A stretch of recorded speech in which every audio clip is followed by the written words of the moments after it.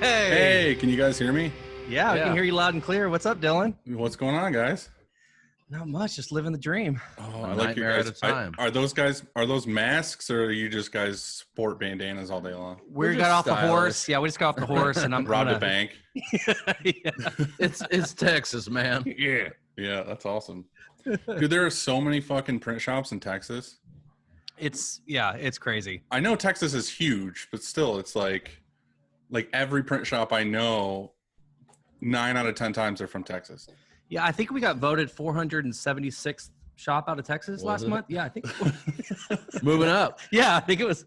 That's awesome. So what's going on? What are you guys up to?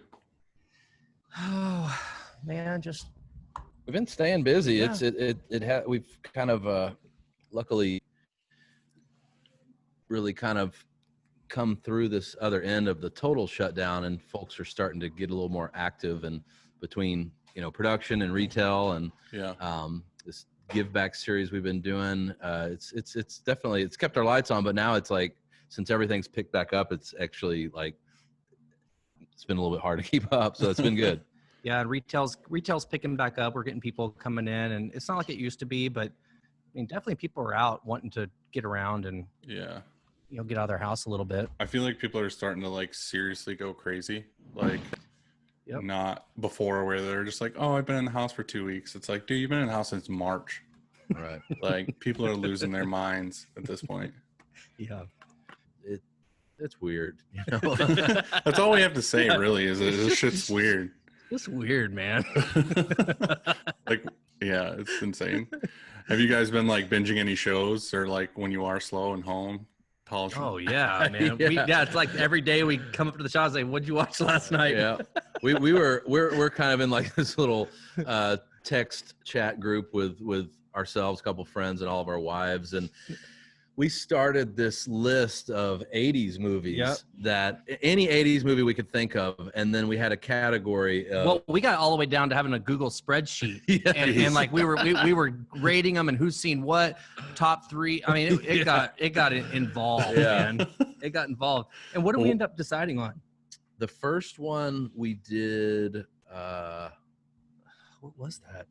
It wasn't Breakfast Club. Super memorable, obviously. Yeah, right. Oh man, that's crazy. I can't remember what one I've seen. Are they sappy 80s movies or action 80s movies? I mean, it's everything. We posted everything, and you had to everybody had a tab, and you had to say if you'd seen that, and then you had to say if you have or haven't seen it, if you would pick that to watch. So we're gonna watch together on a Zoom, chat together and watch. Oh, dude, awesome. It was Three Amigos. Yeah, Three Amigos. That's hell of a movie to start with. Yeah. But awesome. Yeah, we binged the new ones too. Tiger King, or we did the Epstein documentary, which was dude. I couldn't do that. I did 2 episodes, and I was like, I don't want to watch this anymore. This is creepy. Yeah, it's creepy. It's heavy. It's really heavy. We just watched the Go-Go's documentary last night, and that was cool. I want to see that one. No, recently I did Unsolved Mysteries. We did that. Oh, yeah. Dude, that one with the guy that killed all of his kids. Yeah. Freaking. And what's up with him now? They still don't know? Yeah. The best part about that whole thing was the end where they're like, yeah, he's this tall. He has maybe facial hair, maybe not. His eyes are eyes. They're you're never gonna find this guy ever. That shit was crazy. So, cool. Yeah. Oh, it's cool. He's under your house, just in a freaking shallow grave. Okay. Yeah, kills the dogs, everything. You gotta go all in. I didn't watch a ton of 80s movies. I actually did just watch Jurassic Park 1 and 2. Oh yeah, those are on close Netflix to the now. 80s. Yeah, that's a good one to revisit. Those are great. So tell me, how did you guys get started? Well, it all started with a bottle of whiskey. Dream. Yeah, Hey, before you even say that new commercial is pretty fucking awesome. Thanks, man. Dude, it's really good. We had fun doing it. We really did have fun doing it. We had no idea how it was going to turn out. That was a cool evolution because there was a group in Denton that's a film company called Maker Table, and we printed shirts for them a few times. And just from printing for them, we started looking at their stuff. Like, man, these guys are cool. I feel like they kind of get what we might have in mind for a video. And so we had to sit down with them and kind of talk loosely about what we envisioned for a commercial. And they came back with some cool ideas. We kind of went back and forth a few times, and then, you know, it just kind of happened. It was one of those things where we didn't know what to expect completely. We just knew we needed something that was a promotional something that captures what we do. And yeah, I feel like they nailed it. It was very, very cool surprise. Did you guys come up with like the whole story of it, or did they plotted it all out? Yeah, mostly.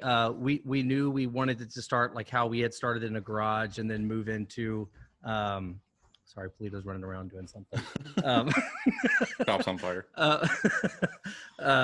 And we knew we wanted like a definitely not to take ourselves too seriously kind of vibe, and to be something where we I mean, not to diss any other print shops, but you see a lot of other print shops do videos where it's like all about showing the press is spinning and loading the shirts. And it's like, yeah, that's cool for other printers because we all kind of geek out on the process. Right. But most people have no idea what it is when they're looking at it. Yeah. And for us, we wanted to do something kind of Wes Anderson.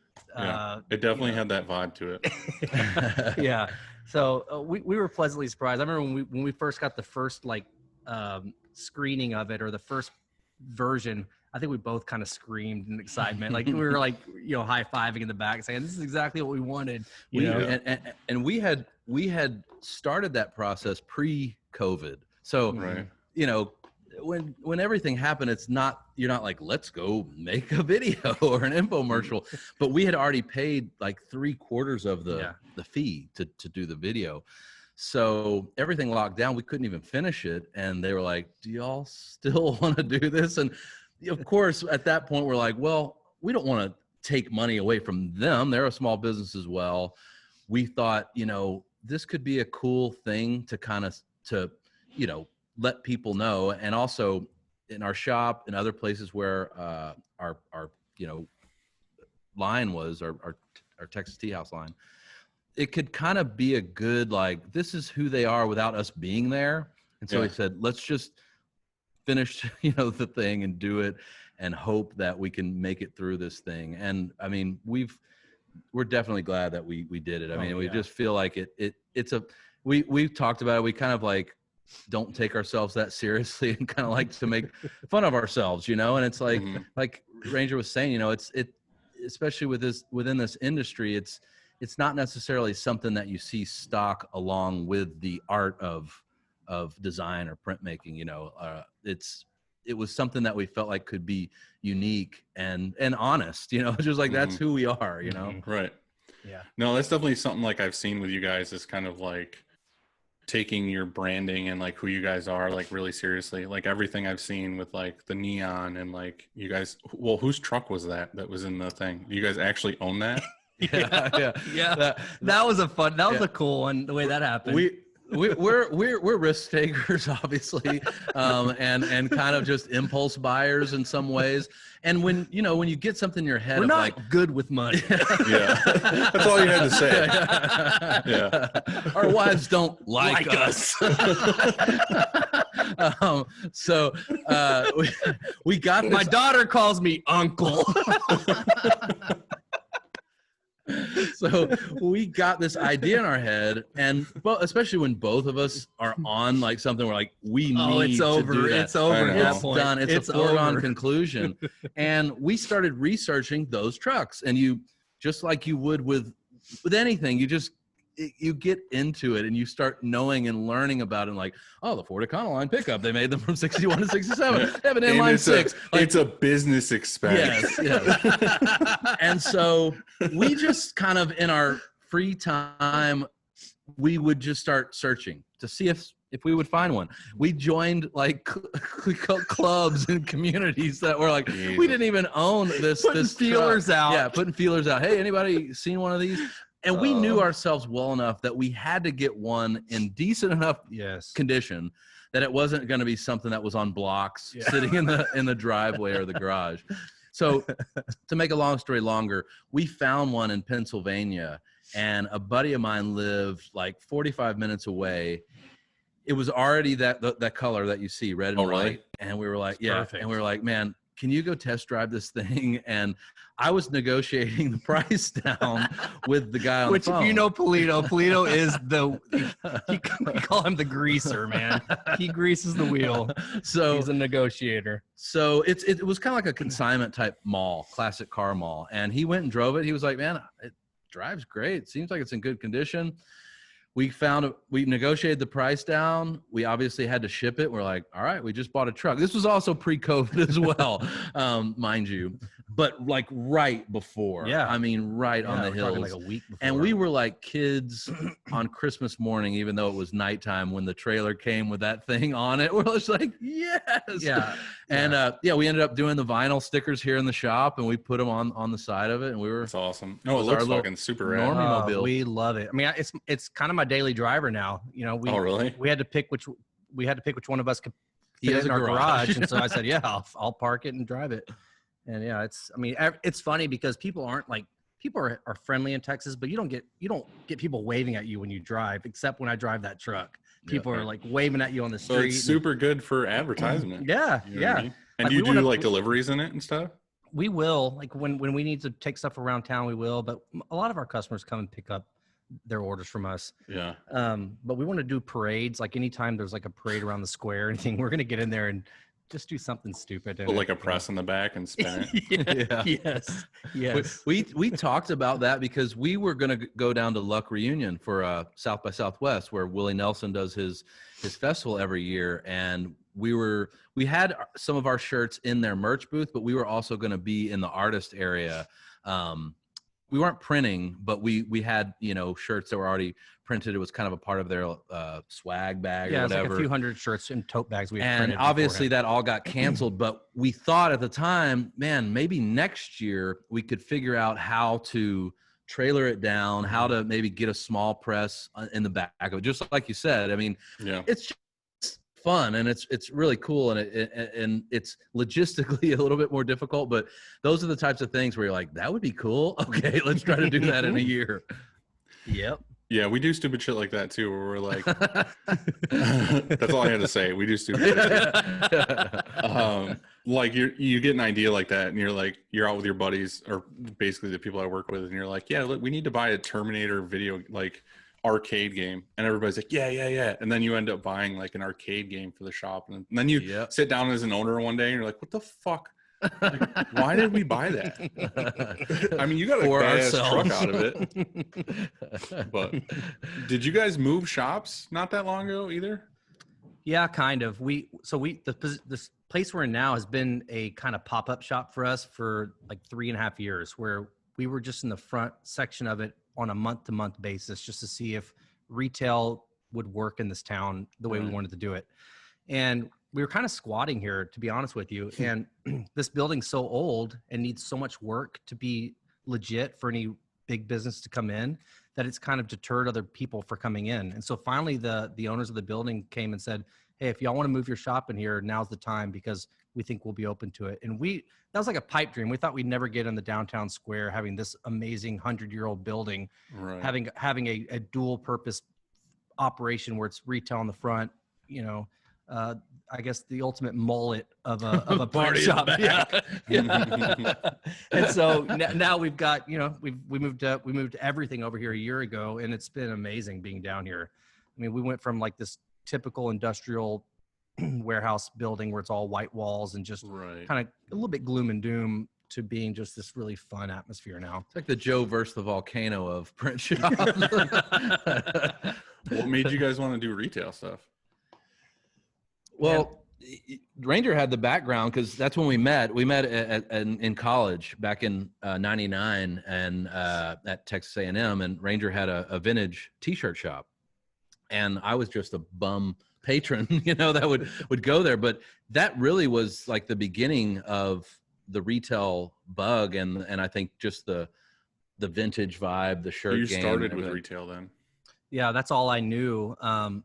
So like you said, in '99, I started this shop called Northgate Vintage, and it was just like 70s and 80s T-shirts. And that's all I did. I didn't get into jackets, bell bottoms, nothing like that. I just loved old graphic tees. and I was obsessed with it. Like that's all I lived for, man. It was like being a drug addict for vintage clothing, you know, and I was just always on that next hit of finding that old. Being a drug addict with vintage clothing. With vintage clothing. That came later. Much later. And so I think that's called a bum. And so I had this shop, and then I would get these vintage blank tees in every shipment. It'd be like 1 or 2 old Screen Stars tees that aren't even made anymore. Fruit of the Loom used to make a line called Screen Stars, and it was like the coolest tees back then. And I would just hoard them up. So every year or so, I might have 100 or 200 of these blank tees back in the day. And I went to a local screen printing shop, and I wanted my vintage T-shirts, vintage shop's logo on these vintage tees to sell out of my shop. And the local screen printer, they screwed up my order. And I don't remember if they got the placement wrong or the colors wrong, but something happened where I got frustrated. I said, man, I can't just reproduce these, you know. It took me a year to get these shirts. And so I ended up thinking, well, I'm just going to try to learn how to screen print on my own so I can do little one-offs or my own logo on the shirts.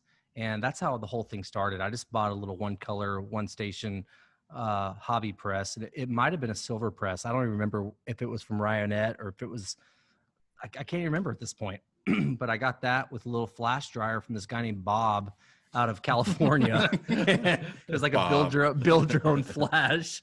And out of the loft in my house, I had just gotten married, and I'd go up there and print. It was very, very minimal and very DIY, but it worked. I mean, because it kind of needed to be kind of crappy, because that was kind of what I was going for.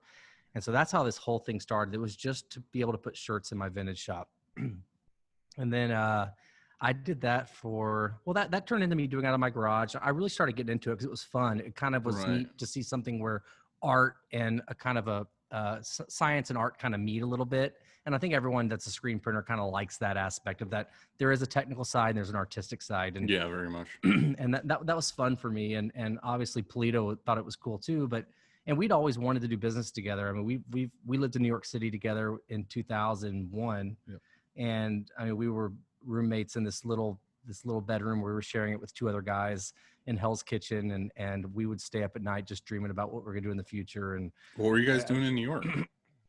Well, we were both still in college and didn't really know what we were going to do after college, like many college student. But we both kind of had an entrepreneurial, artistic spirit. And I got an internship up in New York. I was kind of an aspiring musician, knowing that you can't really do music as a living. So let's try to figure out how we meld music and business together. So I got an internship with a record label in New York. And Ranger, it was Universal Motown Records. So yeah, it was like a big record label. And I worked in the the media marketing department as an intern. And so, yeah, you could imagine it's like swimming with sharks, you know, just like I'm getting coffee and just doing like the remedial, like, you know, brunt work. But anyways, Ranger was there and obviously was heavy into vintage. And I mean, that's like the mecca, you know, of vintage. And he was doing like sales just online from New York. And trying to make connections in New York. There's a place called What Comes Around Goes Around Vintage which is great. In Soho. That's an amazing shop that I met the owners there and started working with them. And yeah, it was the time of our lives because we were just these kids from Texas that, you know, had never really been outside of Texas, and we jump into New York, and it was the best time of our life. I mean, that's what cemented our friendship to going from just a casual friendship in college to us being like the best of friends. Because you bond in experiences like that. There's nothing like that. And I think even though there was obviously a gap, that was something that I think was like this, how do we, I don't know, how do you like harness that like energy and that creativity and that excitement about something? And how can we keep hanging out? Yeah. And yeah, honestly, it's like, how can we live in the same town and do something that our wives are like, does this really make sense? Like, you know, is this what? How can we piss our wives off? Yeah. So that was 2001. So, I mean, fast forward to, fast forward through, went through 10 years of the vintage shop. I had owned a couple of these pita pit restaurants. I don't know if you've ever heard of that before, but it's like this fast food pita restaurant. All 2008 came, the economy tanked. I kind of lost everything and had to pick up pieces and said, well, I don't know what I'm going to do next. I'm kind of I really don't have much of a exact skill. I just have done a lot of weird things with my life to this point. And I didn't know what I was going to do next. And so an opportunity came for us for me to take a job in a town called Decatur, which is about 30 minutes from Denton. And it was like a a medical sales supply company. And so I told Pulido, I said, dude, I've got the opportunity to move up close to you. Hold on one second. Yep. He's getting yelled at by a homeless guy. All right. Anyway, golly, that's the one thing about being on the square, man. You get some crazy people out here. Okay. So anyway, so I hear shots while Noah stuff. He's screaming at him. All right. So I took this medical sales supply with a laparoscopic company, which I couldn't even pronounce the word laparoscopic. And I was going to work for this company that sells laparoscopic equipment. It was like the first job I'd ever had where I was actually going to clock in and get a paycheck. And my wife was a school teacher down in College Station. So I told Pulido, I said, dude, I want to take this job. Could I live in Denton with you in your basement? Because his wife worked for Nordstrom and she was a visual merchandising manager and was off in Nashville. And so we were like, dude, we could be roommates again, bachelor padding it. We're back. We're back, baby. And so I moved in with Pulido, took the job in Decatur, started traveling back and forth. And Pulido was going on tour in Europe for some gigs he was doing over there with his band. And so he said, hey, do you think we could screen print some posters for my tour? And I was like, yeah, dude, I've never done that before, but I think we could do it together. And so in his basement, I got some speedball ink. I got some hinge clamps and we made like a vacuum table. I went out and drilled all the holes in like some plywood and we figured out how to make a vacuum table. And we printed maybe 100, 200 posters for his tour. And we had a blast doing it. I mean, we put on some music, got some whiskey out and cranked through it for like 4 hours that night. Nothing changes. And They got worse and worse throughout the night. Yeah, for real. It's art, man. It's all right. It's not perfect. They were one color. It was good. But we had a really good time doing that. And so Pulido kind of said, dude, this would be fun to keep doing. He knew he was well connected in the music industry. And we thought this could be the one thing we've been waiting for that could bring us together to do a business together. And we were so naive, had no idea how big the printing industry was. I had no idea what even an automatic press was, that we really went into it blindly thinking we were going to take this industry by storm. And little did we know, and I'm glad we were so naive because we maybe would have never gotten into the industry. But that's what really started everything. My wife ended up moving up. I got a house with her. We got a better press. And it all kind of birthed out of us saying, let's get into the garage and start just printing for our friends, family, other bands that might trust us early on. It definitely was an evolution, and each new chapter was like, we're not ready for that chapter, but just jump, Just do it. Yeah, exactly. Well, yeah. It's like even when I quit my day job at that medical company and we went full time, we were in this huge 2,500 square foot warehouse with one manual 6-color 6-station press and a little Economax dryer or something like that. And I remember we got this one order from this one company that I don't know why they used us because they were a pretty big company, but they trusted us enough to give their orders to us. And that's the whole reason we were able to go full time. They gave us like this 5,000 piece order that I remember was like a front print, a side of the spine print, a back print, and like a sleeve print or something like that. Yeah, it was gross. That sounds terrible even with an auto. Well, yeah, but we just couldn't say no because we said this is gonna be like 15 grand or something like that.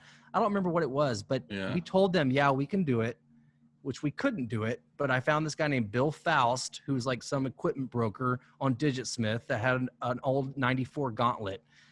And I contacted him. He sweet talked me into going and flying over to Phoenix, getting a Ryder truck.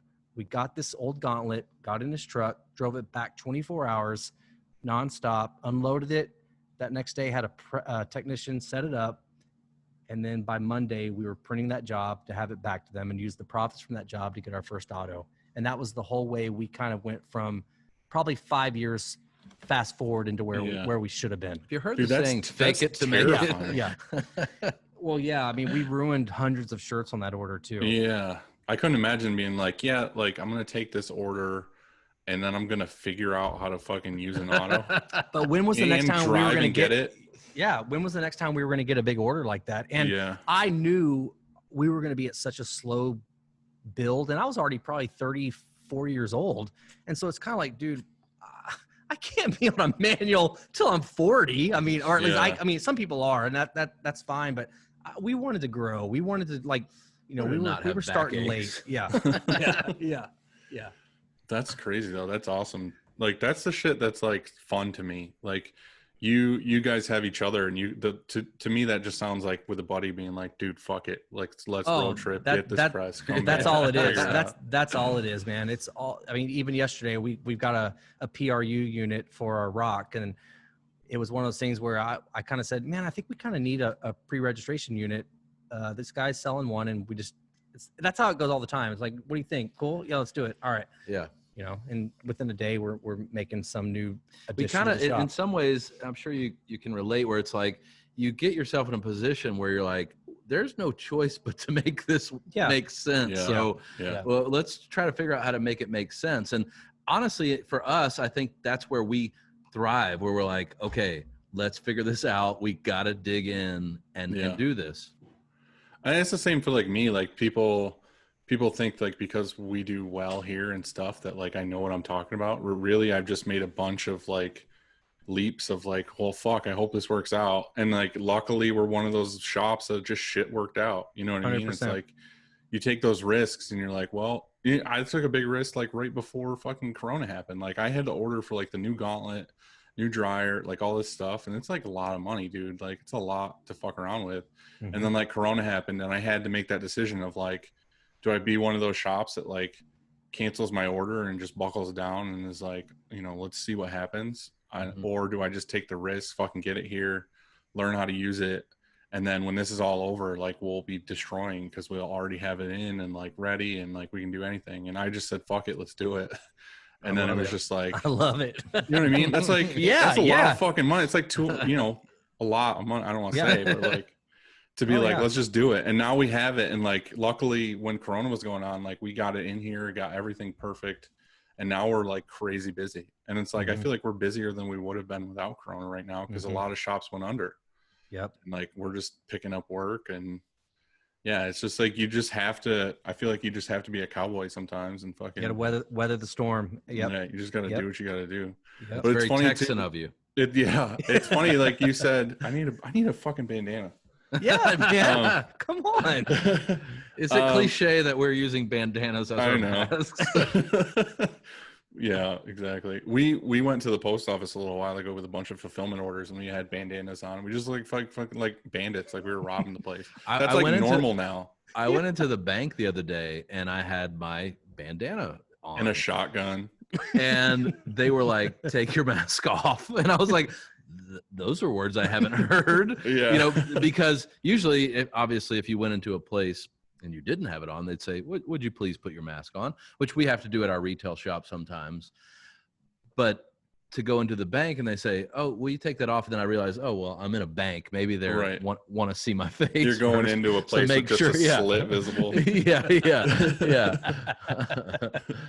Shit's crazy. It is. Well, it's funny you were talking about how, and I've heard this from so many people now between this podcast and the one I do with Andy, like everybody we interview, I feel like so many people are like, yeah, I used some printer and he sucked so bad that I felt like I needed to fucking print my own stuff. And it's funny that all these terrible printers, they're always fighting for work, but they're just creating more printers. Yeah. Like they're doing bad work for somebody. And then somebody's like, well, I guess I got to do it on my own. And then they turn out to be an awesome shop like you guys. And they're like, well, we do all the printing now because you sucked so bad. Yeah. We've definitely seen that as part of it. Of course, you want to be a printer that people think, yeah, they do a good job. They get it in a timely fashion.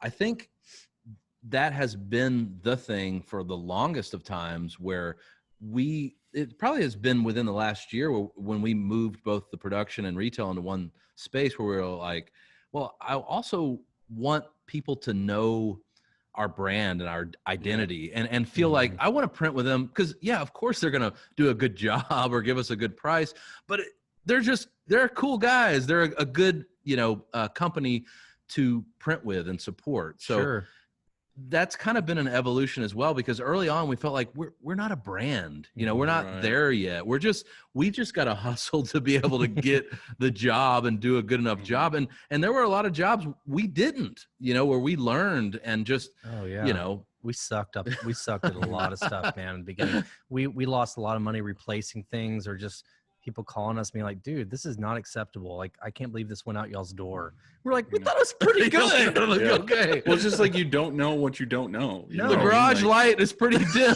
Yeah. This whiskey isn't helping.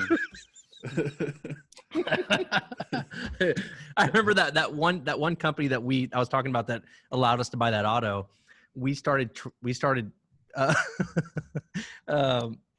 experimenting with discharging for them. Like, they really wanted discharge because they had another printer before us, and they were giving their jobs to us. And we're like, smells different. That's exactly. I remember they're like, can y'all do discharge? We're like, yeah, dude, we can do discharge. And he got the box. He's like, dude, these shirts smell like ass. And I'm like, really? And we knew it. Like, we were like trying to wash the shirts in my garage in a washer and dryer after we were printing them to get the smell out, but we didn't have a long enough dryer to really cure them or get the smell out of it. And that was a mess, man. I can't believe they kept printing with us, but they did. It helped the guy that was in charge. It was one of our college buddies, but still. That's the real story. Yeah. He was just like, oh, Grace is the real story. Patience. So, I guess Denton, like, do you guys do a lot of local, or do you do any, do you do a lot of online stuff, or? I mean, there's a good balance, and we're thankful for that too, because Denton is an awesome town. We love it here, and the community is great. It's a very artistic community, and we have a lot of folks, obviously bands or businesses, churches. We have 2 big universities here as well. So there's a lot of local just print jobs that we do. And then obviously the retail, like, we almost, depend on 100% just of folks coming into the shop. Right. But I would say, I wouldn't say it's 50-50, but it's close. But it is close because even before all this, obviously when COVID hit, it helped us to be able to reach out on a more national and even international, to some degree, scale of saying, man, it's hard to just depend on, an area code to go, this is going to get us through that. And so it helped because it started with small businesses where we were reaching out to do this give back series where they had no cost up front. And we were basically just hosting a sale online of a mock-up. And it would be like a week long. Their followers or fans or customers or whatever would buy the shirt. After it was done, we'd print them, ship them out, and we'd give them $10 for every shirt sold. Right. Well, we realized, there's a lot of other businesses. There's a lot of other artists, organizations, charities that aren't in Denton that they might be, in need as well and want to jump on board. And that helped just, it helped keep our lights on of just trying to think of other people to get on board with that. It was also really fun because it's kind of a gamble. It's like, okay, how much is this person going to bring in? Okay, how much is this person going to get? It's like Shaky Graves. We got him to do it.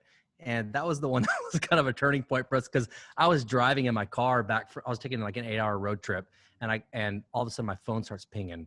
Every time we get a sale, I'd get a notification on my phone. Yeah. And it's like every other second. It's like bing, bing, bing, bing. So I called Pulido and I said, dude, will you look at our computer? What is going on? He looks like, he's like, oh, I guess Shaky just posted the shirt. And I think we did like 1,000 shirts in like 7 hours or something. It was a ton. It was insane. He did it was insane.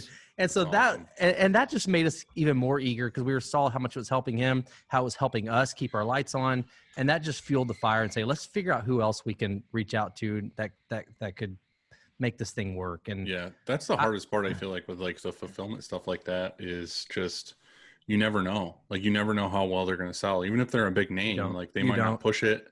Yep. They, you know, nobody might want to buy their shit. Like you just don't know until you do it.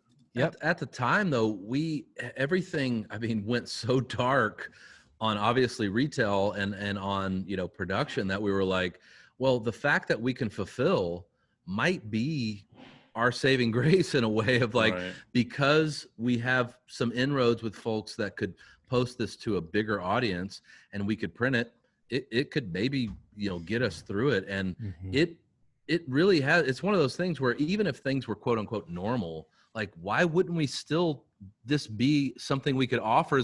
It's almost like kind of like a net 30 type thing where you're just like, yeah, we'll do everything up front and we'll see how it goes. And if you sell 20 shirts or if you sell 200, you know what? It's great. No problem. It's an order you wouldn't have had before. Right. Well, and it's also relationships with people that maybe they've already been using another printer or whatever. And it's a way for us to get our foot in the door and say, look, we're not trying to break up a relationship with you. Whoever you use, it might be great, but this is a way for us to get our foot in and say, let's fill a gap right now, or maybe you're not getting that filled, and let's help you out, help us out. And maybe it'll allow us to do little one-offs for you in the future, or get all your business in the future. Who knows, you know? Yeah, no, it's definitely been a huge thing with, I mean, every printer now. Like a lot of people jumped on board with doing the stores and everything else. And like you said, I feel like it could be like a whole separate department of our business now. Like, yeah, I think we're going to keep doing it going forward. We may not call it what we call it, but we're going to be like, yeah, we'll do a limited run for you guys. And, you know, we'll host it on our site and fulfill it and then give you money on the back end.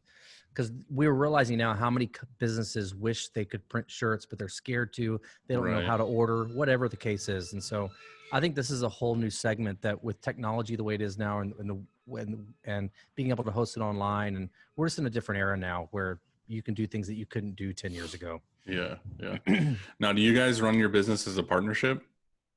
Yes. It's an LLC. Well, LLC, yeah. Yeah. So how has that been? Because I didn't have good luck with a partnership when I started it all.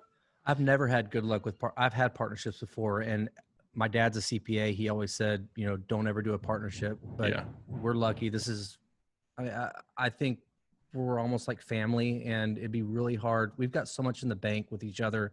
It'd be really hard for us to. You mean you have a lot of dirt on each other? Yeah. I think, you know, and Ranger has said this before, and I think it's true. You know, we're older now, but those were always things that we were cognizant of. It's like, yeah, you don't go in business with a friend or family or you know, those are things that you just kind of are cliche of like, yeah, that's just what you do or don't do. Well, I think because of our skill sets and also just involvement in different aspects of the business are different and are balanced. It helps kind of give an ebb and flow of sorts where we do, I think, balance each other out. And it just kind of helps it to where we're not stepping on each other's toes. It's like, I'm not going to be the one that says, you know what, Ranger, I just think you could be registering things a little bit better in a different way. Like those aren't things that would come out of my mouth, you know? And so our expectations of one another, even though of course there's always going to be times where you're kind of like, struggling to get the most out of each other because it's a business and it's up and down. And when things are down, you're kind of looking at one another. It's like, well, we're the two guys that are going to be the only ones to say this either works or it doesn't. So what's next? I think we also, because we're different in what we bring to the business, we respect each other. Like I respect Pulido because he's a much more of a person that's going to go out and get business. He's going to be the person that's a more social person and be more well connected than I am. And he might look at me as being the one that's going to maybe get dirty a little bit more or figure things out. Or well, look at our jumpsuits. Like one is dirty, one is pretty clean. You know, like it's figurative, but it's also literal. So do you guys do it that way then? And like one is more in the shop and one is more sales, or? It's not as, you know, binary as that, but yeah, it definitely is where Ranger's more of the production like head. There's no doubt. Right. And I probably, even though we both are a part of sales for sure, and we have other employees that spearhead awesome connections in sales as well. But I think there's those things like sales, like, looking good, figuring out what's for lunch today. But yeah, just trying to massage the brand and identity and sales of our business to try to get it to the next level. I think those are those things that we kind of each do, but like the weight is a little bit different, Yeah. So I think what it comes down to is we both know we wouldn't be where we are without each other. I couldn't do it without him, and he couldn't do it without me. And that's what. And whenever you realize that, and you're kind of at peace with that, then you can overlook a lot of other things. You say, "Man, it's a lot better with the two of us than it would be apart." Yeah, and I feel like that's super important because I didn't have that. Like when I did it, it was definitely like super heavy to one side. Like I was basically running the business, knew everything about the financials, ordered everything, did all the like business owner stuff, and he was just like, "I'm just another printer." And then it was like, "No, dude, like I'm here nights, weekends, holidays, like you're here too." Yeah. And it didn't work out that way. So I was just like, yeah, I'm not doing this anymore. So I feel like you guys, that's understandable. Yeah. You guys definitely had a different thing going on. What are some like specific roadblocks you guys have come across as a company and like overcame? Health insurance. I know, I'm joking.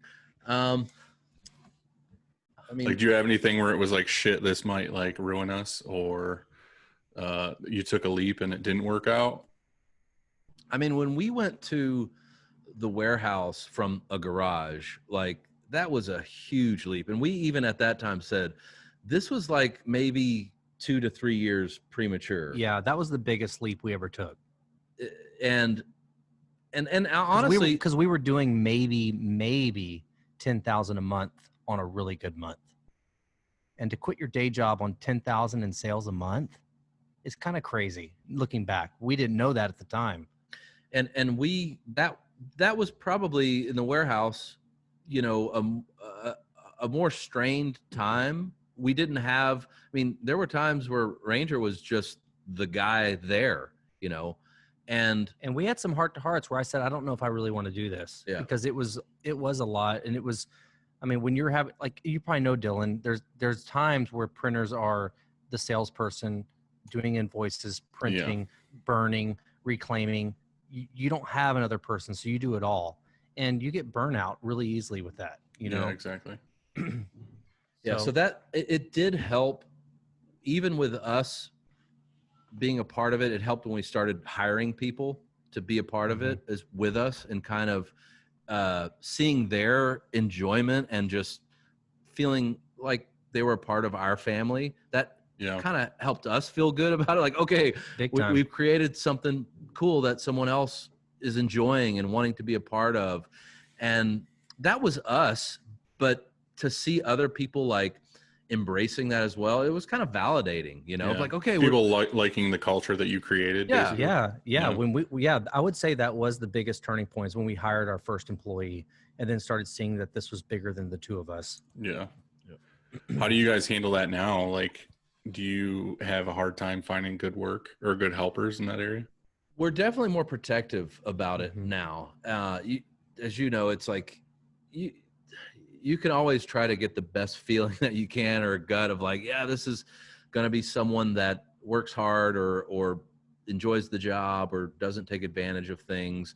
And you try to even vet that with the people that you already have, of like, what do you think of that person? Are they learning? Are they enjoying it? Do they like it?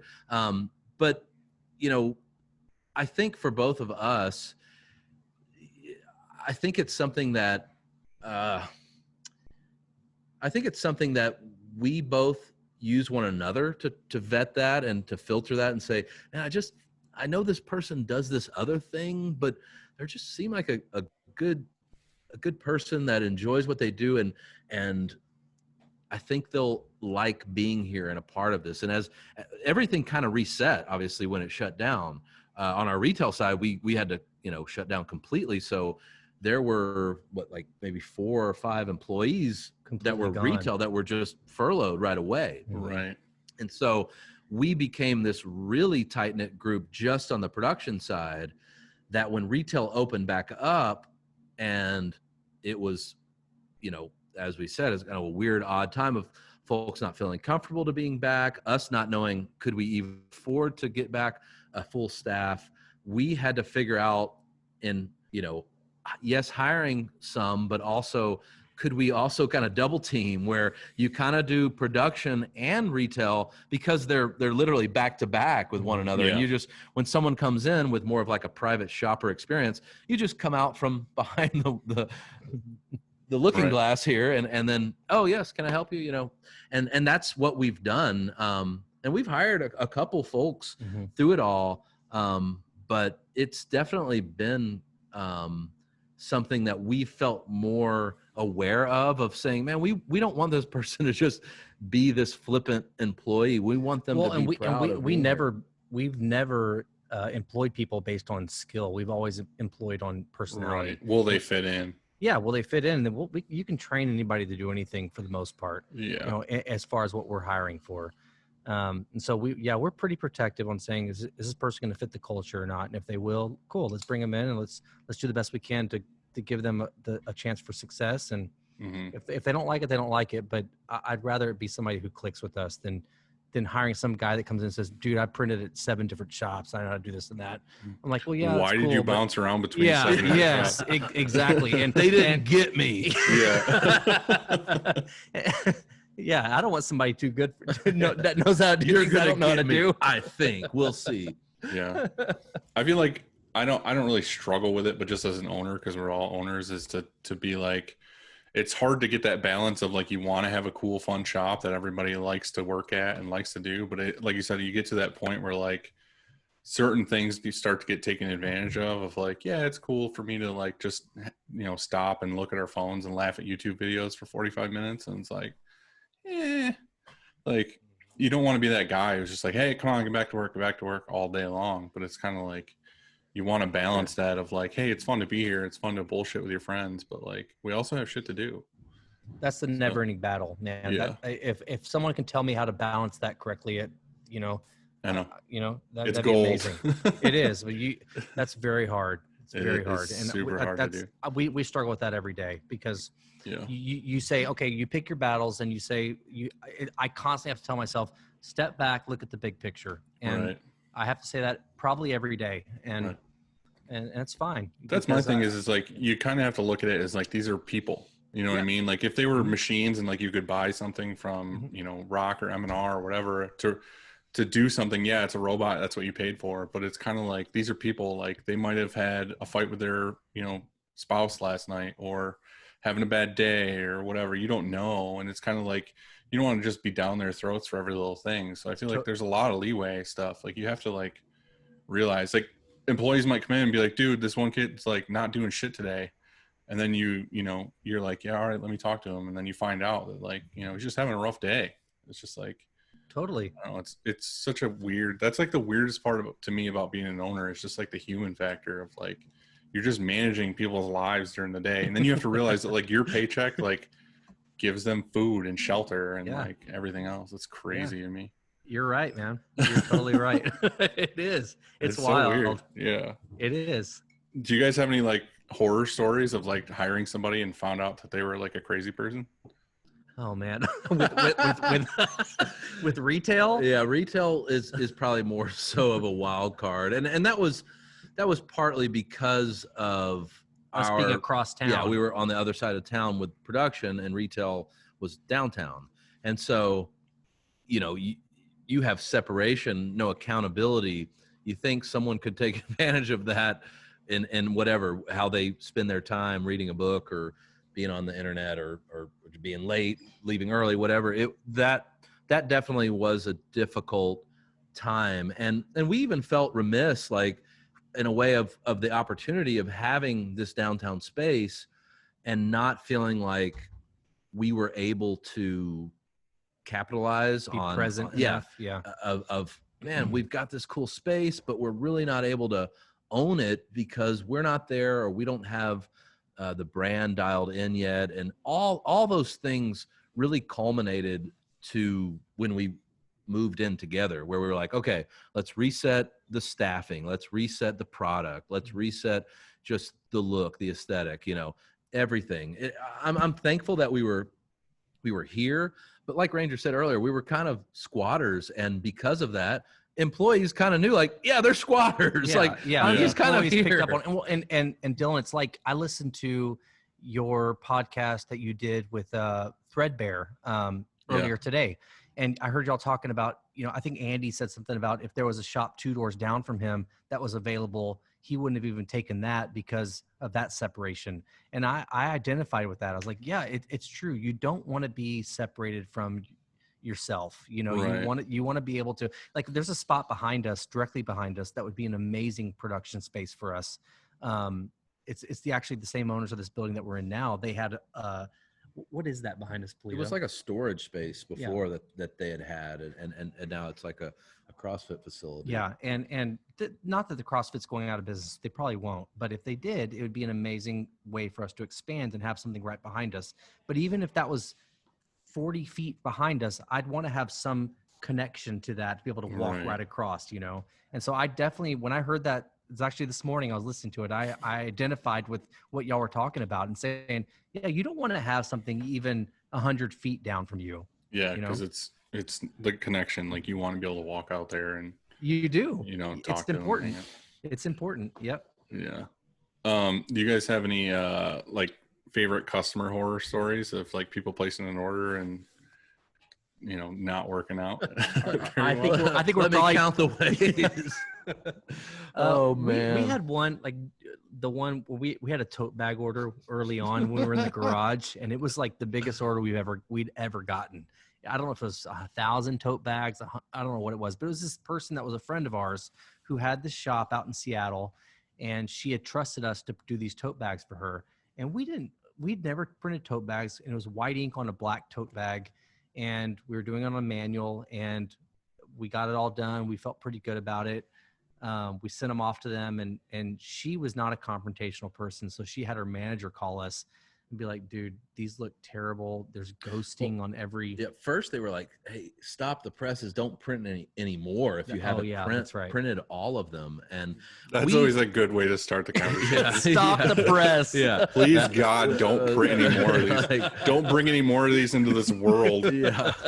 Because we were kind of sending them in waves. Like, we were like, okay, we're going to send you, X amount now, and then we'll get the rest next week. Well, yeah, we were printing from 5 a.m. to 7 a.m. before I had to go to work, and you had to go do your thing for the day. So we could only do so much a day at that point. Yeah. And our stomachs just dropped, and we were just like, wait, what? And in our defense, at that time, not only the naive, nature of what it should or could look like, it was also quite dim in that garage.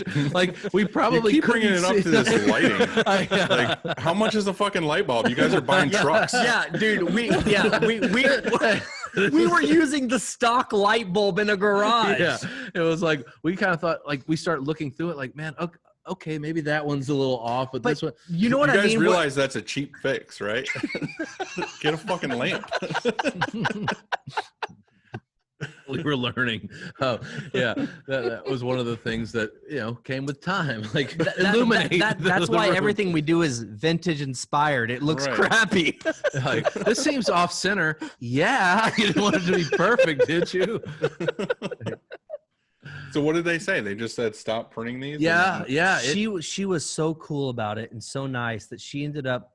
They paid us like a portion. Of the order, and I think we sent everything that we had and said, hopefully, some of these could be salvageable to use. And looking back, we should have heat pressed them or something, like just made it look super clean. It was a big print. We just didn't know any better. And we were trying to flash print on a manual on these tote bags that were super thick weave, like woven type. Yeah. You know what I mean? It was just it was a hard print for us at that time. And we just didn't know what we were doing. We didn't have things dialed in. And Right. There's a lot to think about with stuff like that, like all contact and what kind of white ink to use and everything. Yeah, it was just above our pay grade at the time, and we were still bluffing it and trying to fake it till you make it, and that was definitely the biggest blow to us at that time. But it made us kind of take a step back and say, okay, we need to re-examine everything we do, be more careful. Not everything we put out is going to be what the customer expects, and you know, it's like that first time you get somebody that complains about a print and you don't realize you're not putting Pantones on the mock-up, or you're not giving them colors, or it's like those learning curves where you realize, okay, we got to be more thorough in our process. But for most people, it takes a mess up to be more thorough. It's not everyone that's so thorough from the beginning. You know, and it sucks to say that though too, but it definitely does. Like, you definitely have to like fuck shit up to realize like, this is not the way to do this. And I mean, it sucks if you're that customer that's like, you're just trying shit out, but I don't know, it is what it is. Like, we did that when we first started using discharge. Like, we were just using like white discharge to use like underbase and then put plastol on top. Yeah. We were printing like, you know, we probably did like 4 or 5 orders for customers, and they all called us and were like, hey, all the print fell off. And you're just like, fuck. Yep. And then you find out that you can't use that, and you have to use like, you know, natural or like a specific underbase discharge. And it was just there's a tolerance. Like, you only have this much pigment on your underbase for it to still adhere to it. Yeah, exactly. We had that exact same issue. Or we were using Plasticharge in the beginning, and it's like, I can't believe we even messed with that, because I still don't understand people that go that route, because it's really no different than using discharge. Yeah. But people think it's going to be some like bridge to using discharge ink, but it's just like, just take the time, figure it out. Yeah. It's like, the worst of both worlds. Yeah. Yeah. Yeah. So who's in charge of branding for you guys? Cause I feel like that's something you guys definitely focus on as far as like how you do everything. I'm glad to hear you say that, because we're so insulated sometimes. You don't know how other people perceive you. That's like the thing that made me pay attention to you guys when I first started like following you, and everything was just like the on point branding. Like, when you see that like NR and like the red, and like you guys were doing like the neon sign before and stuff like that. It's shit like that stands out. And I immediately, like, that's what makes you stick in my mind of like, oh, it's that shop. You know what I mean? Or like stuff like that. That's really awesome. That's really awesome to hear. I think it was we have an outside guy named Brett who he used to own a company called Keep Exploring, and they were kind of, I mean, they were a big deal when they had Keep Exploring. They had maybe 40,000 followers or whatever it was through Instagram, which at that time we thought, man, they've made it. And they were Denton folks, and they had contacted us and asked if we could print for them, and we'd started printing for them. And when we got this retail shop, they wanted to partner with us and have their own stuff in our shop. And so we'd formed this relationship with the two owners of it, Brett and Alex, and Brett was the designer. And they officed with us. And they officed with us at our old warehouse. They had a little like 100 square foot office that they would work out of and do their Keep Exploring gig. And they had a little bit of warehouse space in the back where they'd fulfill their orders. All that to say, Brett, who is one of the owners, he's an awesome designer, a really creative guy, and also gets along with us really well. He started working with us in the design aspect of our business. We'd farm stuff out to him all the time and say, hey, we can't do this in-house. Can you do it? And there came a time where he came to us and said, dude, y'all's logo and branding and everything, it's kind of good, but it's just disjointed. It's not congruent. He said, I think I could make it better for y'all. And so we trusted him. He gave us a sweetheart deal. We paid him whatever it was at the time, which was way undervalued of whatever it was. And he kind of reinvented what we were. He kind of took what he knew we were and said, let me show you what you guys are. You definitely need like people on the outside to look in and 100%. And when he did that, because he kind of gave like it was kind of like a one sheet of like different type of branding logos. And we were like, well, we could use that on this thing. We could use that on this thing. And little by little, we started taking that design element and applying it everywhere, whether it was the neon sign, whether it was our boxes, whether it was tissue paper that we put in an order. We do candles and coffee and soap now, and like things that we just felt like what we didn't have before. We just felt more confident of like, man, let's embrace the brand more and apply it to things, you know, and hope that people, you know, become fans of our team, you know? Yeah. I feel like shops need to, or any business needs to realize that it's like very important to like do that and trust people. Like obviously there's good designers and stuff and they're expensive, but it's fucking for a good reason. Like the people who are really good and know what they're doing, like just pay the fucking fee. Like 100%. Pay it, get great branding. Don't try to do stuff on your own or pay some dude like $35 on Fiverr or whatever the hell you're gonna do. Like, wait, who does that? Yeah, dude. So many people. So many people all the time are just like, I'm like, oh, where'd you get that logo done? They're like, oh, I went to Fiverr. It's like, oh, all right. Cool. I know, dude. But it is crazy. But not every. That's what's crazy is you realize not every print shop realizes the value in that. And right. And it's there's a nuance there because we have to kind of keep ourselves in check and go, man, the things that we love, the vintage things were hand drawn. They weren't, you know, not to knock a font. I mean, of course there's great fonts, but it was just like, there was something that we loved that we needed to apply to our own brand, you know? And I think that helped, that evolution helped that, where we were like, okay, let's not cheapen, you know, whatever we're going to, you know, put on our own, you know, box or website or whatever, you know, and embrace that. I just feel like it's one of those things, like people gravitate to stuff like that. You know, they see like the branding and the logos and all this stuff, and they're like, that's really cool. These guys like the same stuff I like, or, you know, they gravitate toward that. And it's like, you don't realize, but people just eventually like want to have your stuff just because it has that logo or that name on it. So they're like part of the band or the crew or whatever. You got to think, dude, like, think of all the people that got like fucking Monster Energy drink tattoos like on their face. Yeah. I was like, dude, that's a fucking energy drink. Like, you love that shit that much that you had to get a fucking M on the side of your head. Like, well, dude, to your point, it's like on Instagram today, some guy got an order from us, and does he post the shirt he got from us? No, he posts the bag, the mailer that we sent him. That's what he decides to post on his Instagram. So you're right, man. That's what he chose to be. Well, think about when you buy like an Apple product or something and you get the box and it's like so perfect and you don't even want to throw it away.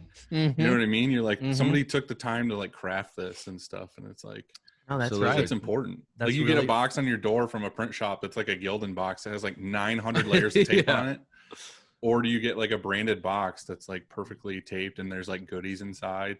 It's like how many times do you buy a shirt online from anybody and the first thing you look for is, did they throw like extra stickers or buttons or something there? Man, we've talked about that forever, because what started us on that was when this was maybe 2003 when I ordered something from Amazon for the first time. I remember opening up the Amazon box and they had a mint on the top of the order that I didn't expect. And that little mint that cost them a penny impacted me so much that stuck with me to this day, that we say, every order we're going to stick something extra. It's just about getting something more than you expected. That's all it comes down to. Yep. No, that's super important. Do you guys have like a most inspiring job that you've done that kind of like changed the way you do business? Or like, I don't know, for me, like I you know, reached out to certain companies or whatever, and then you get one and then you do a great job for that company, and then it spirals into this like crazy thing where it's like a whole big part of your company now. Do you guys have anything like that? Well, there's a few. I mean, there's a record label called Dual Tone that we print for. And they were one of those that threw us like one outside job and said, hey, we're going to try y'all out with this one and see how you do. And we were blown away, man, because we would have loved to have gotten their business. And we came through on that job. We came through on another job. We came through on like a fifth job. And after that, they said, we're going to throw all our business to you guys. And that was a pivotal moment for us. Maybe the Albert Hammond one was a cool one. That was a cool one. He was a member of the band The Strokes. We got that job early on, where it's like these posters for this one of the label or one of the bandmates. His name's Albert Hammond Jr. He had posters that he needed done for his tour. That was a huge deal for us. I remember that being kind of an impactful moment. I think there were like those jobs that, for us, especially, you know, artists, musicians, like those were things like, it didn't matter if it was a small or a big print. It was like just kind of a cool job it was to a do. Cool factor. You know, Dual Tone's a great example because them as an umbrella record label, we were printing a Chuck Berry shirt. It's like, well, obviously we don't have a connection, but because they were his label, we were able to print a shirt for him, and you kind of get to, in some ways, associate or be like, yeah, we're printing for these artists because it's with that label, and we just had a great rapport and do still with them. So we're getting cool bands doing shirts with us within that label. I think working with Stereo, Eric is good friends with Jason Lee, who is an owner of Stereo Skateboards. We started printing for all Stereo stuff. That was a huge deal for us when we got that gig, and we've done stuff for Jason, some of his personal stuff, and his wife Sharon has a company called Oddbird we've printed for.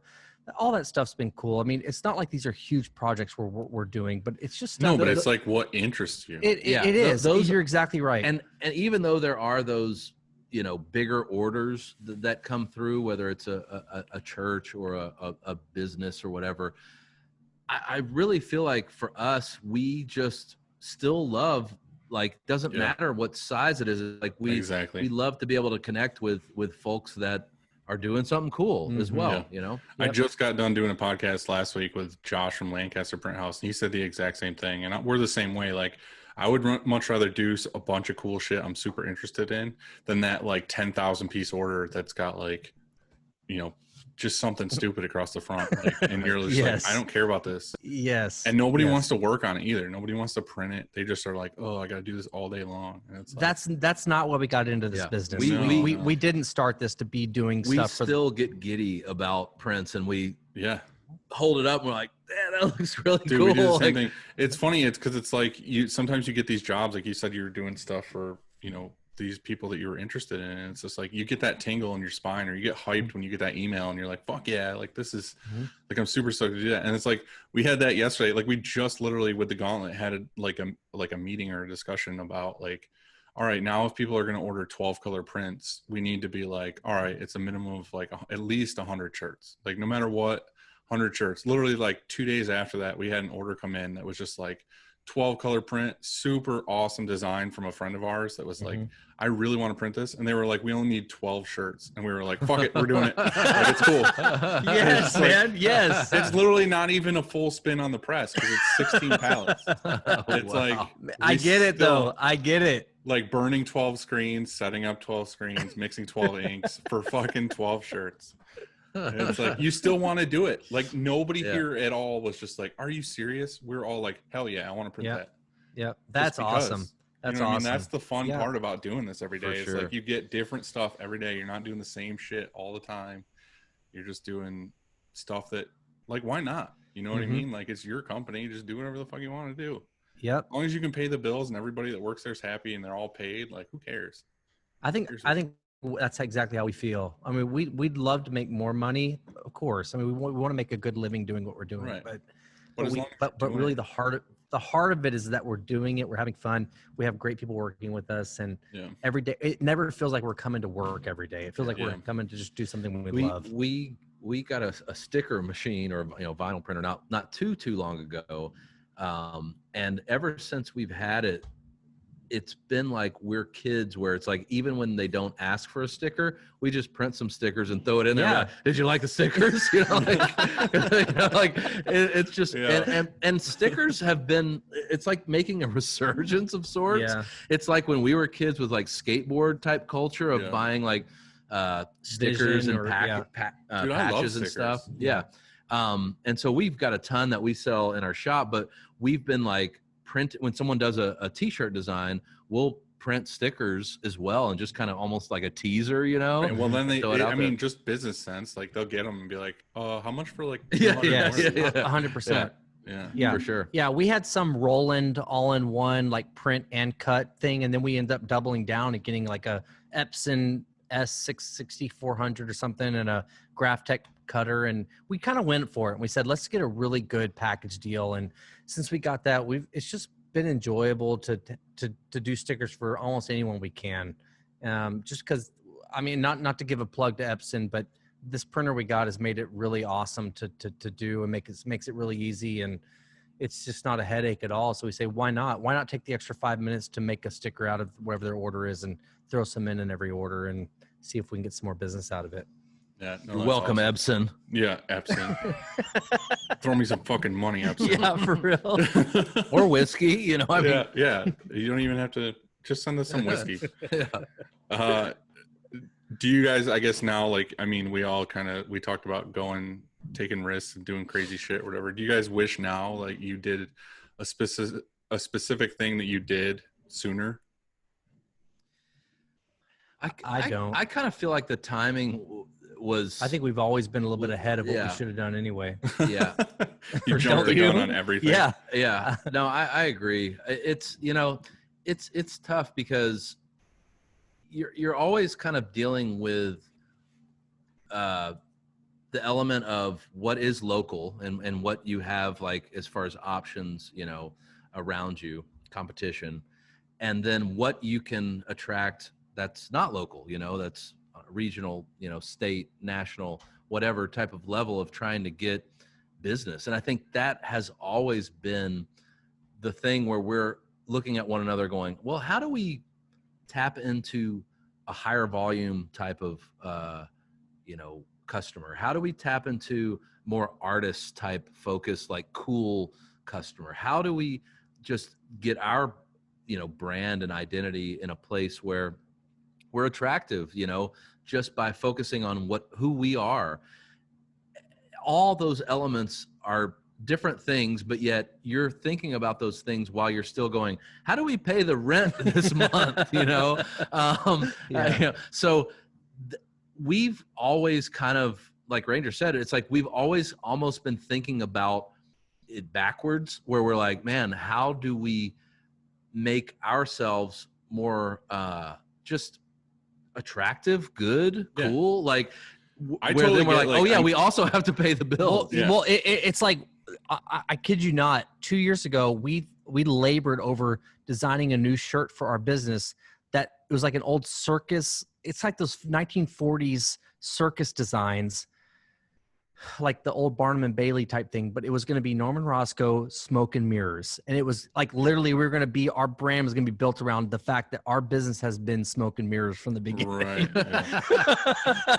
I mean, it's true though. Like even with this podcast and stuff, a lot of people are always like, oh, it's so good to hear like these shops that I see, you know, like on Instagram and stuff. We always put like the best foot forward. We always put like, this is what we're doing that's really cool and stuff. But there's so much shit that like we've gone through to like get where we are. And like you said, like we took on this tote bag order. We had no fucking idea how to do it, but we did it. And, you know, we learned from it and whatever. And it's like, people don't realize that, you know what I mean? Like everybody has those things. And like, we're all dreamers of like, we always want to be at this place. Like we always want to be at the next place. You know what I mean? We always want to have like the next cool toys and stuff. And like you said, you might not be able to afford it yet, but you're like, fuck it, let's do it.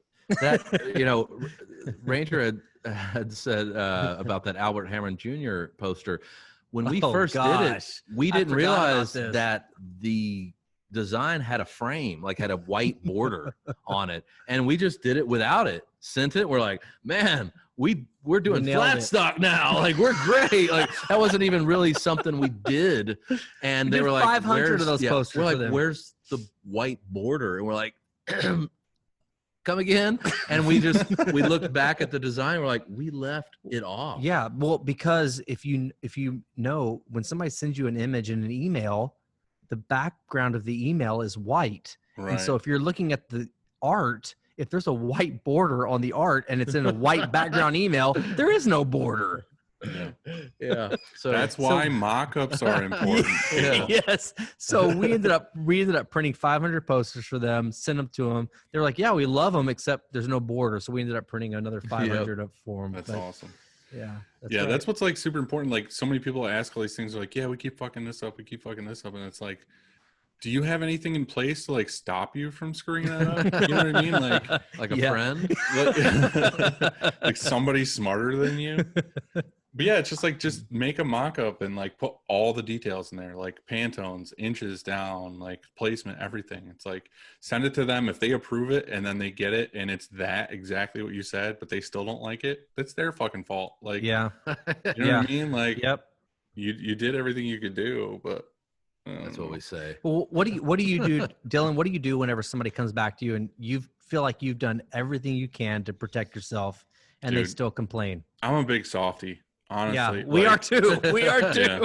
Dude, it sucks because like there are employees here that are, like look at you like, what the fuck? Like you should just tell them to fuck off. And it's like, dude, it's not that simple. My name's on this place. Like people come here because they know like, who we are, the culture, all this other stuff. Like 9 times out of 10, if we make a mock-up and everything is on there and it's exactly what the customer asked for, they approve the mock-up and they get it, and something on it is just not right. Like, we get it all the time where like somebody will letter a truck or something, and then another company did that because we don't do that.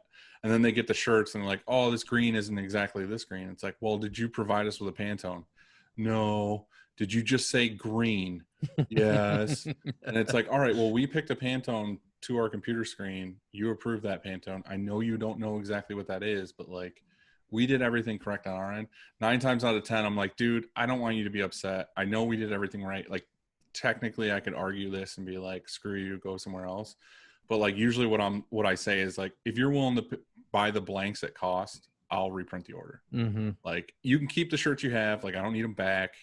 Just, if you're willing to pay for the blanks, I'll redo it. Like, obviously, if there's anything on it that, like, we fucked up, like, definitely I'm going to reprint the whole thing, like, and just send it to you. Like, sorry, keep the other ones. But, like, if it's all on them and they realize later that they messed something up, I usually do whatever I can to get it to them. Like, I don't want anybody to get screwed or go without or be unhappy, but I'm a big softie. Yeah, you're gonna win in the long run doing that. Yeah. That's what we've realized, is that you've got to just do that. That's part of the game. Yeah, it sucks, but it is. yeah, it does. And we can lie to ourselves all day long that we're like heroes, but like really it's like, no, we're just trying to stay in business. Yeah. Yeah. So what kind of music do you guys like blare music in the shop all day, or the headphones? We do music in the shop. We do a lot of like 70s, a lot of 70s and 80s, a lot of like folk rock, or it's usually kind of like the morning question. Like you start the coffee brewing.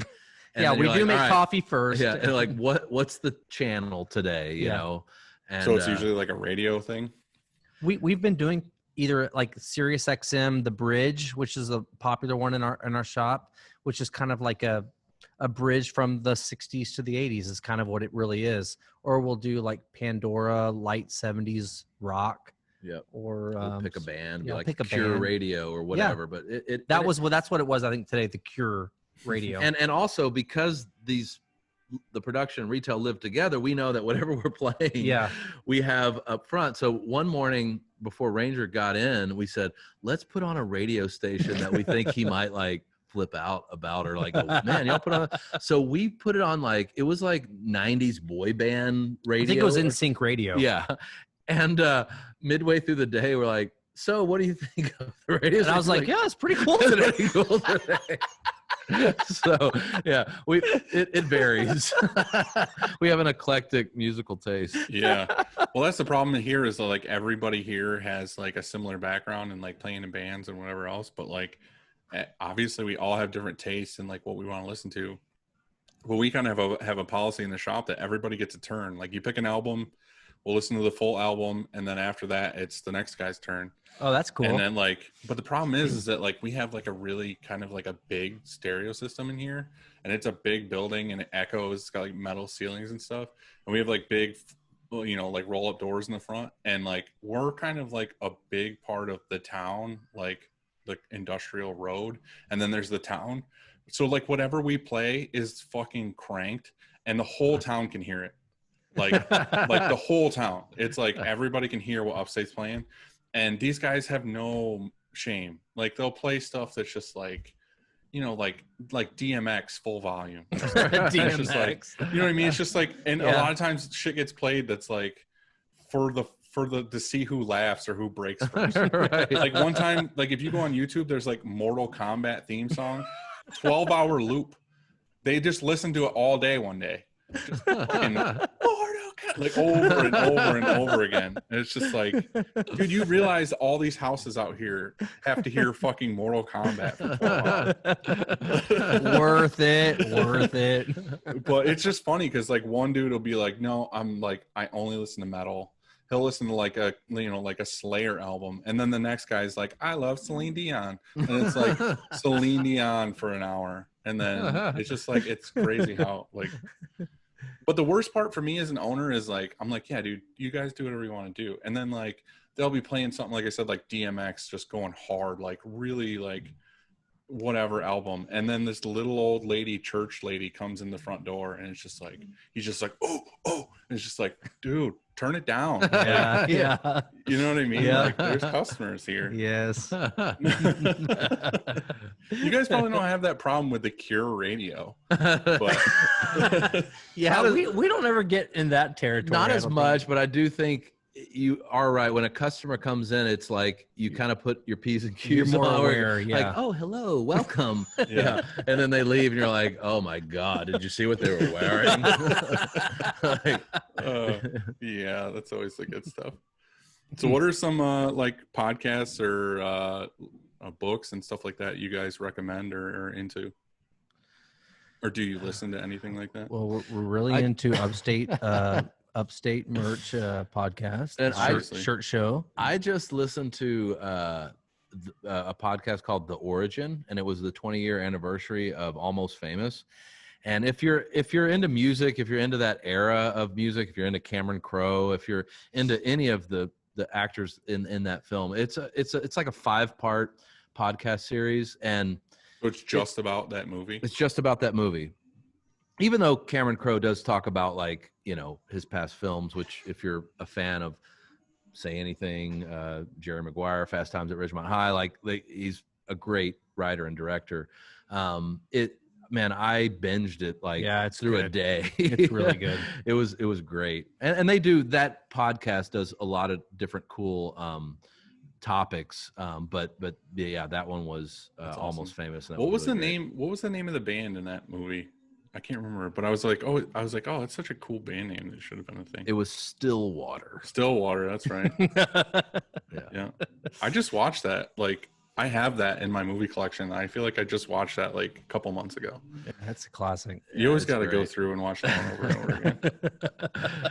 I know there's those films that we all have where, you know, if you're just kind of browsing through, you go, oh yeah, all right, I'll stop on that one, and one is one for me. Yeah, that's like, that's Goodwill Hunting for me, man. Yeah, that's a great. I can never skip that one. Yeah, we just watched that not that long ago either. Oh man, that's Pee-wee's Big Adventure. That actually is a great film. Yeah, I would stop on that. I love Robin Williams like a lot. Mm-hmm. So like anything he's in like that is just like, he's so powerful. Like, he's so fucking funny. I'm with you, like, man. He's so hard dramatic actor where it's just like, fuck, dude. Mm-hmm. Like, you really hit me there. Yep. And it's just like Goodwill Hunting. That's obviously, it's like a big deal with him and that speech on the bench. Oh yeah. Like, damn it. Yep. Not your fault. It is not your fault. The best part of the end of that is when he says he stole my line or whatever. It's like the yeah. Oh man, that movie will forever. I was 16 when that came out, man. That just had a huge impact on me. I love that movie. Yeah. So Dylan, do you remember when I think the first time we ever connected was we had gotten a Sprint dryer, and I had contacted you asking for some plans on making the heat not so bad in our shop on having that dryer. Yeah. And I don't know how I found you from that or how I even knew you had that dryer, but I think that's how we ended up initially. Did you figure it out? It's still pretty hot in here. So you have the same one? Yeah, we still have that. We did mid 90s Sprint. It's just an old Sprint, right? It just says Sprint on it. Yeah, that's it. No 2000, nothing. Yeah, we just got rid of that and bought a split belt, and it's huge difference. Yeah, I remember y'all had the one we had, and I don't know if that's why, if we were already friends on Facebook or on Instagram or what the deal was, but I remember connecting with you, and you were super helpful. You sent us like some plans on how y'all built like a exhaust dryer. Yeah, the hood, and we ended up taking your plans and doing the same thing. Dude, I got a really funny story about that. I was selling that dryer, obviously, because we got the new one, but there was nothing wrong with it. Like, literally nothing wrong with it. I went through and like redid all the electrical. I got a new belt for it. We built that hood for it. We always took care of it. We wiped shit down all the time. It worked really good. It's just the problem was that we needed a little bit bigger wider dryer with a split belt we wanted, and we wanted something a little more efficient. So when we bought the Gauntlet, I was like, all right, let's get the dryer too. So anyway, like I got nobody to buy it because it was COVID happened and nobody was buying anything or whatever. So across the street is like a Mason Union, and they have nobody in there right now. And they were like, yeah, you can store it over here. So I was like, all right, cool. I like palletized it, got it all like ready, took it across the street. And then I finally got somebody in, I think Georgia or whatever, to buy it. And I was like, yeah, you can buy it, but like you're in charge of freight. Like I don't want to have to deal with it. You just have a truck show up. We'll, pick it up with a forklift, put it in the truck, whatever. He's like, okay. So he ended up getting like FedEx freight or something. And I was kind of like, oh God. Cause we never have like really good luck with FedEx. Well, anyway, the first day, the guy just shows up and we're like, okay, cool.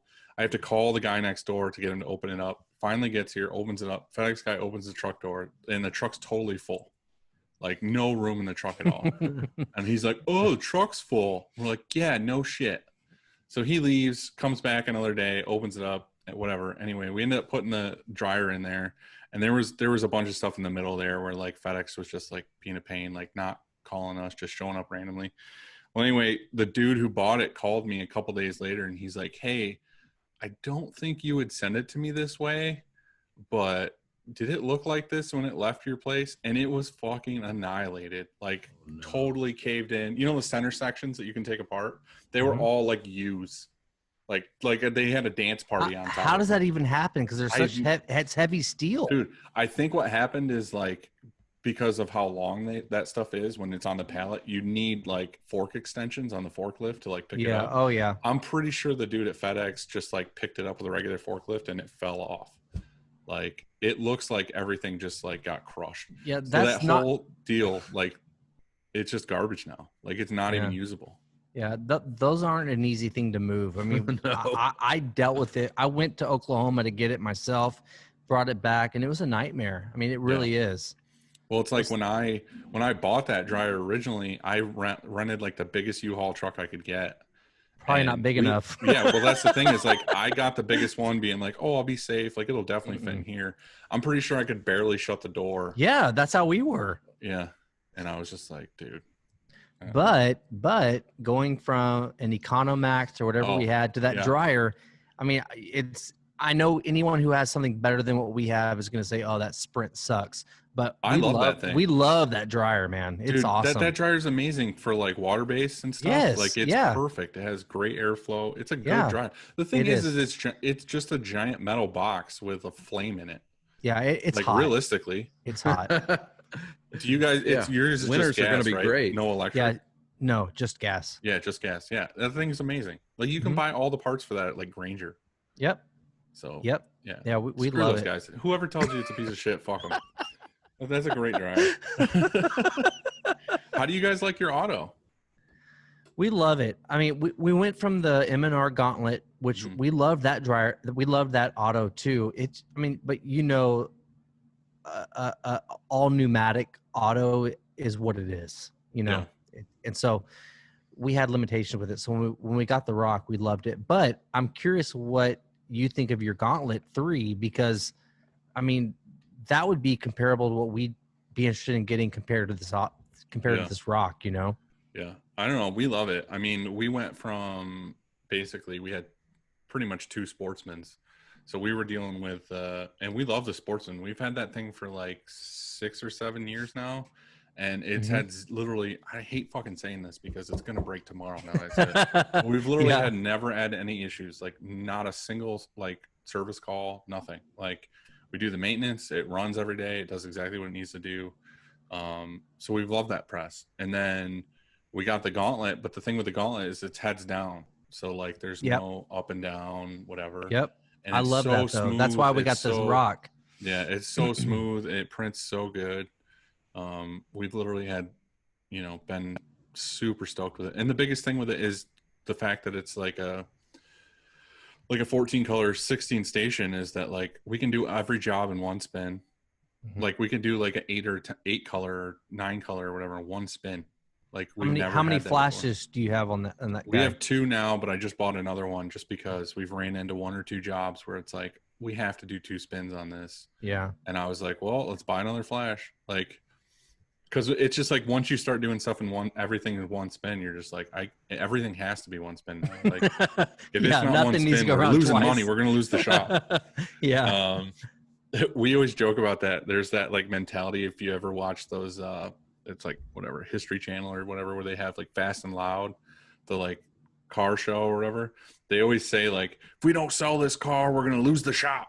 we say that all the time. Like, if we don't print this job, we're gonna lose the shop. That's funny. That's funny you say that. We did a job for a fire department last week that sucked so bad. It was just one of those prints where it takes up the whole back of the shirt, and we had to do it like in 3 revolutions because it would pick up the color. You know, and we only have one flash, so it was a nightmare of a job. But we got it done, and they called, and I knew they were gonna hate that job. I thought they were going to get it and be like, yeah, this isn't quite right or whatever. Well, they called us today and said, hey, this is whatever fire department. We love the shirts. That was kind of the test run. Can we do 500 more? And so I told Lindsay, who's our basically head of sales and everything else back there, I said, yeah, I know I said we would farm that out, but we're going to do we're going to do that even if it takes 4 revolutions. Yeah. If it takes 5 times around the press, but yeah, that's our weak point right now is that we have one flash, and a lot of those jobs we just can't do. Yeah, but you know what? Like, we did that for so long with the Sportsman. We were the same thing. Like, we only had one flash on it, and people are always like, "Oh, you're not doing it right if you have to do 3 spins or whatever it is." It's like, dude, we're doing whatever we have to do to make this print look amazing. So how about you shut the fuck up and just let us print this? You know what I mean? Yep, like, you're right. This print looks great. It's coming out exactly. The customer's happy. Like, who cares? Like, we're not racing the clock every day to be like, we have to get everything done or, whatever. It's like, we're already ahead of schedule. It's fine. Like, if it has to spin twice, whatever. Like, as long as the print looks good. Yeah. And what you're saying is exactly how we've kind of wanted our shop to be, is that we don't want to be that shop where you can't do that and still be profitable. We want to be able to, sometimes you have to Band-Aid things and it's okay. Well, I tell my guys that all the time. Like, they feel like if they don't hurry up and get a certain amount of jobs done a day or whatever, that they're like a failure to me. And it's like, dude, I would rather have you do this super slow as long as it's 100% correct. You know what I mean? I'd rather have the quality like at the top versus you being like, oh, I have to add a spin or I have to add another white or another whatever. It's like, the art guy always asks me, he's like, hey, we could do this in 6, but like if I add this one other color, like it might help with this. And I'm just like, yeah, add the other color. Like, we're in the same page. Do exactly what we need to do to get this for the customer to open it and be like, hell yeah, this is awesome. Like, 100%. Why are we even trying to skimp on anything? We're not, the shop's not on fire. Like, dude, we have the time. It's okay. Like, we're not Walmart. Yep. Right. And there's so many shops too that are like, yeah, I bought this, $100,000 piece of equipment to shave 15 seconds off of this guy's day. Like, what happens when that guy wants to go take like a half-hour shit? Like, you just lost all that extra time. Or like, oh, I'm taking a smoke break. It's like, dude, that equipment does nothing right now. Like, take it easy. It's okay. Yeah, for real, man. We're fucking printing t-shirts. It's okay. Like, that's a great quote right there. We're printing t-shirts. We have to tell each other that all the time. Yeah, we're just printing shirts. T-shirts. Yeah. You think about it too, and you're like, we're printing stuff. We're doing stuff that's not necessary. You know what I mean? Like we're just fashion, really. Like, they don't need these. They could wear a blank shirt, or they could just not buy, stupid shirts. But you're right. Hey, that's what we're in the business of doing. So it's all right, dude. Take it easy. It's fine.